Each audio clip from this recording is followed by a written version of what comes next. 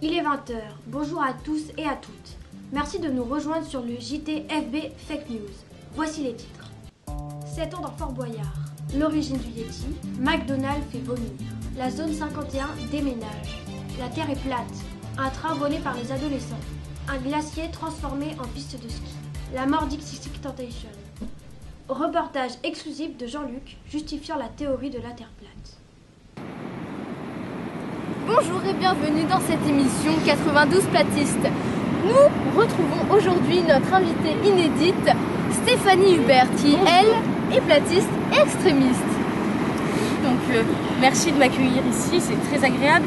Donc je vais vous montrer avec quelques expériences que la Terre est bien plate. Là vous voyez cette Terre, c'est du pipeau, c'est n'importe quoi. Exact. Donc on va vous montrer que la Terre est plate en quelques expériences. Vous avez fait tomber quelque chose? Mais là vous me dérangez en plein interview. Non, ça passe à la télé. À la télé, c'est génial. Coucou. Non mais vous voulez C'est quoi le sujet? C'est 92 Platistes, bien sûr, cette émission la plus rationnelle. Mais je regarde des fois, c'est pas... c'est quoi le sujet là? La Terre est plate. La Terre est plate. Non mais non. Deux secondes. S'il vous plaît, 2 secondes, tiens-moi ça Non, j'arrive. Non, pas. Nous sommes en pleine interview, s'il vous plaît. Laissez-moi 2 secondes, s'il vous plaît. Écartez le bout du cadre parce que j'aimerais bien que tout le monde voit ça. Non, alors mais ça c'est le soleil et la Terre tourne autour du soleil. Là c'est fait tourner. Mais n'importe quoi. Le soleil est d'accord avec vous. Le soleil est plus petit et proche de la Terre. Ce n'est pas du tout rationnel, du tout prouvé avec une très simple expérience. Exactement. Donc voilà notre expérience totalement rationnelle pour prouver que la Terre est bien plate. Quand on verse de l'eau, vous voulez me dire que l'eau tombe et tourne comme ça? Non mais c'est n'importe quoi. L'eau elle descend comme ça, elle tombe droit. La Terre est plate, elle est retenue. N'importe quoi. Non, c'est pas du tout ça. Exactement. Vous savez quoi, on va partir parce que là je vais m'énerver. Non mais c'est une blague. Au revoir. Merci. Désagréable cette personne-là. L'intervention était inutile. On peut reprendre. On poursuit. Très bien. Donc nous sommes ici sur cette plage pour un but précis. Pour vous prouver, regardez à l'horizon, que c'est tout plat, c'est rectiligne. À aucun moment on voit quelque chose d'arrondi ou de rond. Donc ce que nous voulons vous prouver depuis le début de cette émission totalement rationnelle. Exactement. Donc voilà, notre émission est malheureusement déjà terminée, mais ne vous en faites pas, on se retrouve la semaine prochaine avec un nouvel invité inédit, très inédit, que vous attendez depuis un moment, Justin Bieber, un des personnages les plus connus, qui est platiste. Oui, je l'admire beaucoup. Voilà, donc à la semaine prochaine. Au revoir. Oui! Un reportage bien intéressant et tout de suite un débat animé par Jean-Luc concernant l'origine des pastilles anti-vomitives chez McDonald's. Bonsoir, nous nous retrouvons sur le plateau pour un débat en compagnie de Jean-Luc Leroux. Non, pas Leroux, Relou, madame. Je suis Jean-Luc Relou. Relou, excusez-moi. Et en compagnie aussi de Sylvie Égoïste. Eh bien, merci madame. Bonjour monsieur Relou, bonjour citoyens de la Terre et de la France. Surtout de la France, car l'heure est grave et j'aimerais vraiment vous parler de quelque chose. Donc, je vais vous raconter une petite histoire. Étant jeune, j'ai travaillé chez McDonald's. Le problème, c'est que je me suis rendu compte que leur nourriture était infecte et que les personnes vomissaient tout le temps. Alors c'est pour cela qu'ils ont décidé de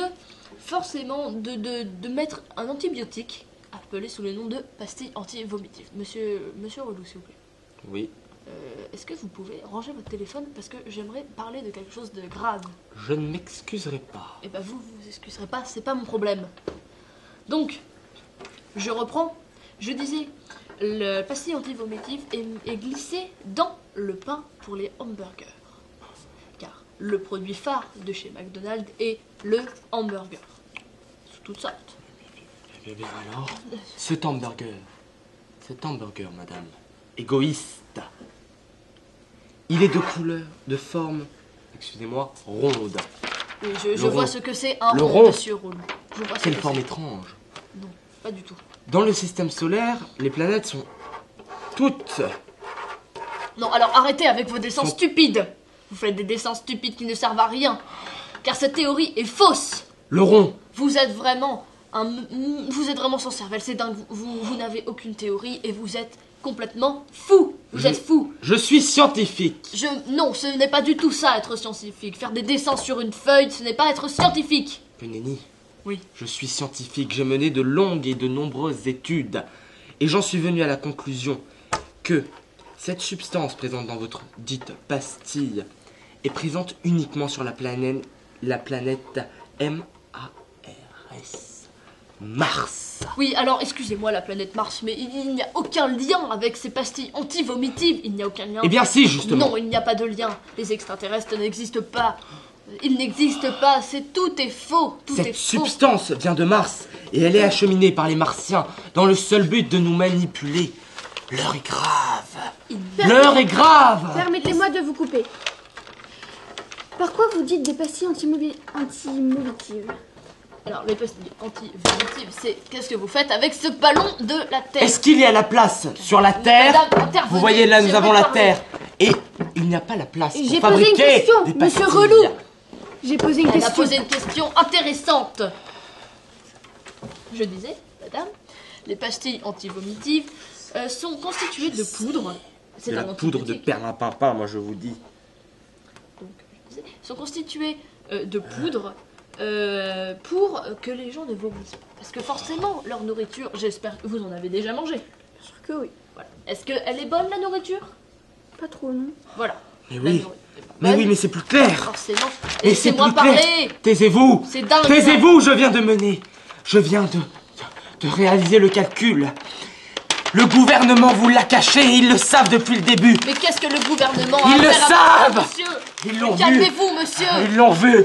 Monsieur, Ils l'ont vu. Je sais. Calmez-vous. Je le savais. Ils l'ont vu. Ils le savent.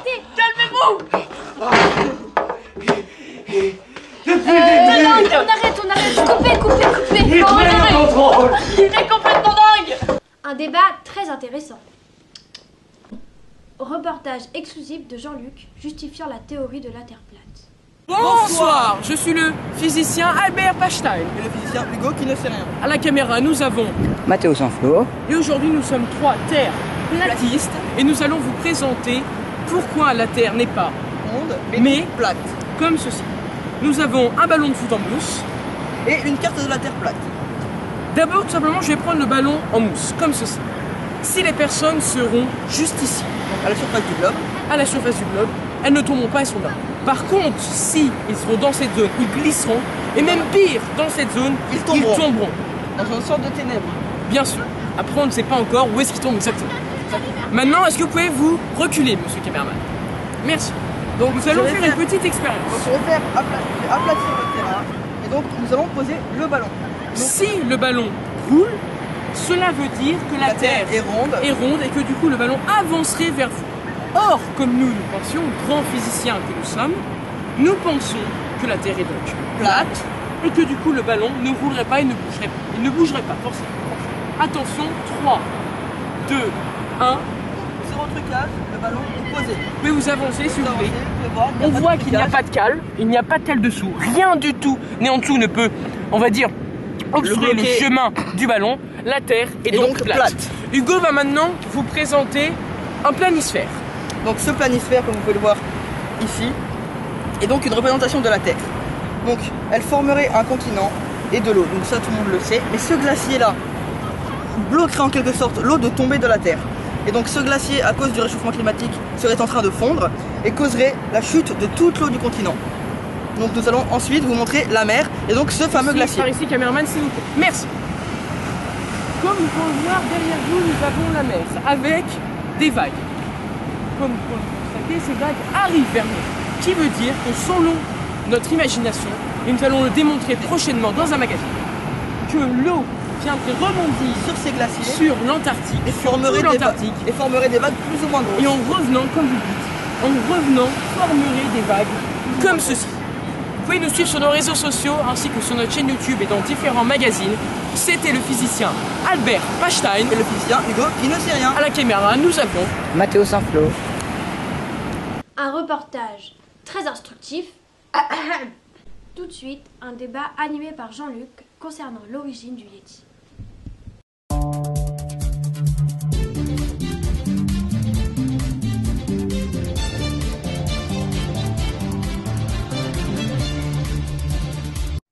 Bonjour, je vous retrouve aujourd'hui avec Igor Schweppes et René Rouge pour débattre sur le Yéti. René, bonjour. Bonjour. En quoi êtes-vous spécialisé pour nous parler du Yéti? Je suis zoologiste et diplômé du diplôme scientifique d'Oxford et d'Oxford. Quel est votre point de vue? Je suis persuadé que le Yéti vit en Sibérie. Igor, bonjour. Bonjour monsieur. En quoi êtes-vous spécialiste pour nous parler du Yéti? Eh bien, ma profession, je suis chasseur de Yéti. Et lors de mon excursion, lors de ma dernière excursion en Himalaya, je l'ai aperçu de mes propres yeux. Quel est votre point de vue? Eh bien, comme je viens de vous le dire, je suis persuadé que le Yéti vit en Himalaya et non en Sibérie, comme le dit mon adversaire. Oui, mais c'était lors d'une expédition en montagne pour essayer de l'attraper. Oui. Oui, mais plus on monte dans une montagne, moins on a d'oxygène. Donc ça aurait pu vous faire un manque d'oxygène pour pouvoir correctement voir. J'ai une très bonne vision, monsieur. Donc moi, je suis persuadé que... Enfin, je l'ai vu de mes propres yeux, et je suis persuadé qu'il vit en Himalaya. Voilà, c'est tout. Quand était la dernière fois que vous étiez allé chez l'ophtalmo? Non mais monsieur. J'ai une très bonne vue, tout va bien, je n'ai pas besoin de lunettes contrairement à vous. Et je l'ai aperçu de mes propres yeux en Himalaya, je vous le répète depuis tout à l'heure. Et j'en suis sûr. Ce n'était pas une autre bête, pas un homme qui se déguisait, non, c'était un Yéti. Bien, s'il vous plaît. Et vous, quelle preuve avez-vous pour prouver que le Yéti vit en Sibérie? J'ai trouvé des poils de Yéti dans une grotte en Sibérie, dont j'ai séquencé l'ADN pour pouvoir prouver si c'était un cochon, un âne, un homme singe, un Yéti si vous préférez, ou d'autres, et j'ai trouvé que c'était un Yéti. Mais monsieur, enfin, qui vous dit que ces poils ne sont pas, par exemple, les poils d'un homme des cavernes, quelqu'un qui vivait là, et quelqu'un qui vit dans une grotte? Parce que j'ai vérifié la composition des pierres qu'il y avait à ce lieu pour voir s'il y avait encore un être humain qui y vivait. Vous avez utilisé de la science, du coup. Oui. C'est ça. Vous êtes prénommé assist scientifique. Oui. Vous savez, monsieur, la science c'est bien, mais ça marche pas tout le temps. Vous êtes sans doute un bon scientifique, mais là vous avez peut-être fait une erreur, parce que la science est moins puissante que la vision. Enfin, monsieur, il y a une nette différence entre la science et la vision. En ayant trouvé ces poils de Yéti dans cette grotte, j'ai trouvé aussi des excréments. Donc j'ai vérifié, et ça collait parfaitement avec les poils. Donc je sais que mange le Yéti aussi. Oui, Or que vous... Mais je suis bien contente de le savoir. Je suis très contente de le savoir que vos expériences scientifiques marchent, mais pour moi elles ne marchent pas. Elles ont échoué. Ce n'étaient pas les bonnes méthodes. Et la science n'est pas supérieure à la vision. C'est le contraire, la science est supérieure à la vision. Non. Si, c'est supérieur. C'est même supérieur à l'ouïe, au goût. Des choses scientifiques. La science n'est pas une vision. Est-ce qu'il y avait de la neige? Il y avait de la neige. Donc s'il y avait de la neige, il y avait aussi du brouillard. Oui. Oui, donc c'est-à-dire qu'avec le brouillard, vu que ça diminue la vision et que la neige diminue aussi la vision, vous n'avez pas pu voir clairement ce que c'était. Ça aurait pu être très bien une chèvre sur un caillou. Non mais... Monsieur, quand même, monsieur. J'ai analysé le Yéti. Et là, je l'ai vu. Donc, ce que vous me dites, c'est absurde. Bien sûr qu'il y avait de la neige. Hein. On est en montagne. J'avais l'équipement d'oxygène. Et moi, je vous dis, monsieur, que j'ai vu ce Yéti de mes propres yeux. Bien, voilà, s'il vous plaît. Je pense que personne ne va changer d'avis, donc... Non. En Himalaya, pour moi. En Sibérie, pour moi. Bon, chers téléspectateurs, nous ne saurons toujours pas si le Yéti vit en Sibérie ou en Himalaya. Donc nous nous retrouvons pour la semaine prochaine pour nous parler du monstre du Loch Ness. Il vit aux États-Unis. Un débat très intéressant. Reportage exclusif de Jean-Luc justifiant la théorie de la Terre plate. Bonjour. Aujourd'hui, dans FBTV Fake News, nous allons parler d'un fait qui est réel, d'un fait qui est factuel. La Terre est plate, mesdames et messieurs. Vous m'avez bien entendu, la Terre est plate. Qui sont-ils? Que font-ils? Où sont-ils? Nous allons commencer par qui sont-ils? Ce sont les platistes. Et d'après nos sources, Justin Bieber lui-même ferait partie des platistes. Que font-ils? Ce sont des gens qui essayent de nous démontrer, de nous prouver que effectivement la Terre est plate et non ronde comme on nous l'apprend dès l'enfance. Et oui, ce seraient des mensonges qui seraient transmis par l'État à nos enfants, nos frères, nos sœurs. Passons aux preuves. Et oui, il y a des preuves. Comme nous pourrions nous en douter, puisque la Terre est plate. Ici, en France, à l'île d'Oléron, nous pouvons observer la Statue de la Liberté à New York. Car oui, grâce à ma boussole, nous allons regarder. Oui, mesdames et messieurs, nous voyons le flambeau de la Statue de la Liberté, vous voyez. Regardez ici. Regardez, oui. Selon notre théorie, le Soleil serait plus petit et plus près de la Terre. C'est comme ça que nous aurions le jour et la nuit autour de la Terre, d'accord? Maintenant, regardez le ciel. Ronde, les traits de lumière que nous voyons seraient arrondis, or là ils sont droits. C'est la preuve de la théorie, mesdames et messieurs. La Terre est plate. Un reportage bien instructif. Et maintenant, un débat animé par Jean-Luc concernant la survie de Monsieur Ledeb, oublié 7 ans dans le Fort Boyard. Mesdames et messieurs, bonjour ou bonsoir de quelqu'un qui a été enfermé 7 ans au Fort Boyard. Donc, il va avoir 2 invités qui vont nous parler de ceci. Madame la girafe, bonsoir. Bonsoir. Madame Tan, bonsoir. Bonsoir. Bonsoir. Commencez par Madame la girafe. Alors, bonjour, je m'appelle la girafe, Sophie la girafe. Je fais partie de l'association Les Prisonniers d'Azkaban et je suis ici pour débattre donc sur Monsieur Ledeb. D'accord. Enchantée. Bonjour, je m'appelle Tan, Madame Charlatan.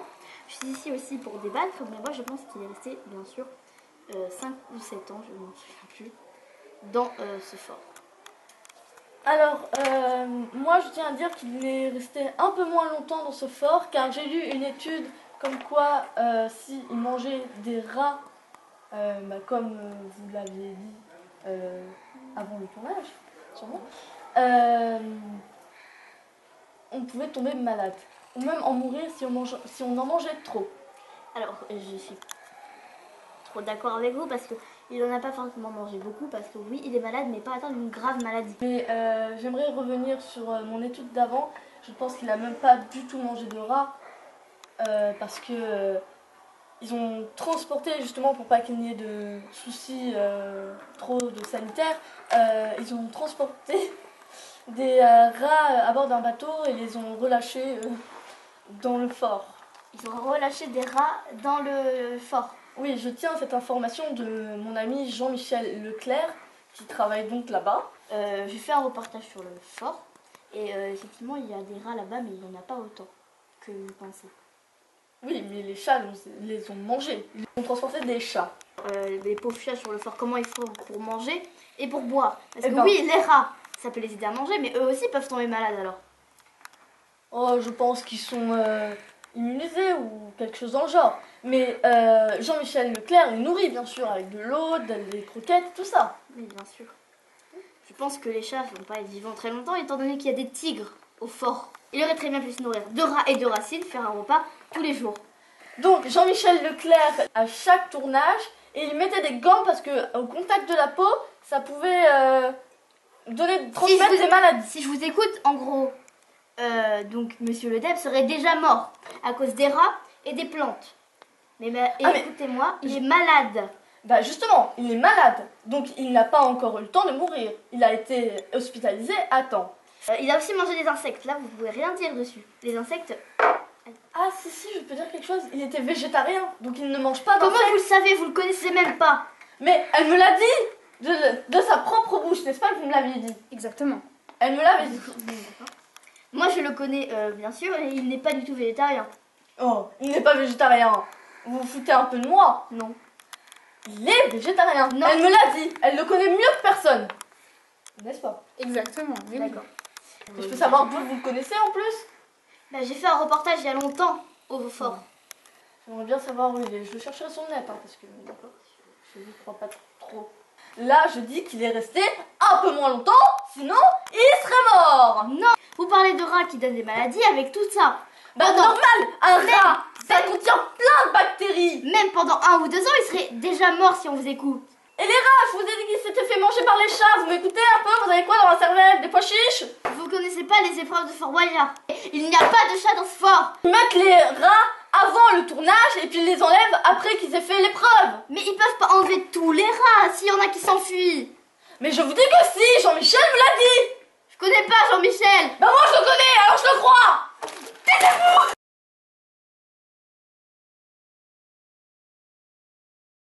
Un débat pas très intéressant. Reportage exclusif de Jean-Luc justifiant la théorie de la Terre plate. Merci Gérard. Maintenant nous allons interviewer Jean-Eudes. Jean-Eudes. Bonjour. Vous êtes platiste depuis quand? 1 an et demi, 2 ans bientôt. Que vous pouvez nous démontrer que la Terre est plate alors? Oui, car l'homme a inventé un magnifique outil qui permet de démontrer que la Terre est plate. Ça s'appelle un niveau. En fait, quand on le pose au sol, on peut bien voir que la bulle est plus au milieu que sur les côtés. Et si la bulle aurait été sur un des deux côtés, ça aurait prouvé que la Terre est ronde. Mais c'est au milieu, donc la Terre est bien plate. Avez-vous autre chose pour nous démontrer que la Terre est plate? Encore une fois, avec cet outil. Attendez. Je vais le tenir. Donc comme vous pouvez voir, il est droit pratiquement parfaitement. Du coup, comme nous pouvons voir, la bulle est encore au milieu, ce qui prouve que la Terre est plate. Sinon, il sera sur les côtés. Si la Terre est plate. Ok. Monsieur le passant, êtes-vous platiste? Non, je ne suis pas platiste. Alors, vous pouvez nous prouver que la Terre n'est pas plate? Oui, car d'après les platistes, il y aurait une frontière de glace au moins. Et là, je ne la vois pas. Donc, les platistes est faux. Ok. Jean-Eudes, qu'avez-vous à répondre à cela? Ce que ce touriste dit est totalement faux, car tout simplement nous sommes au milieu de la Terre, donc la Terre plate et non ronde. Que souvent les gens disent qu'elle est ronde, mais je viens de démontrer qu'elle était plate de toute façon. Quand nous voyons au loin, c'est normal puisqu'il y a d'autres terres et même l'œil humain n'est pas fait pour voir aussi loin tout simplement. Merci Jean-Eudes. Un reportage bien intéressant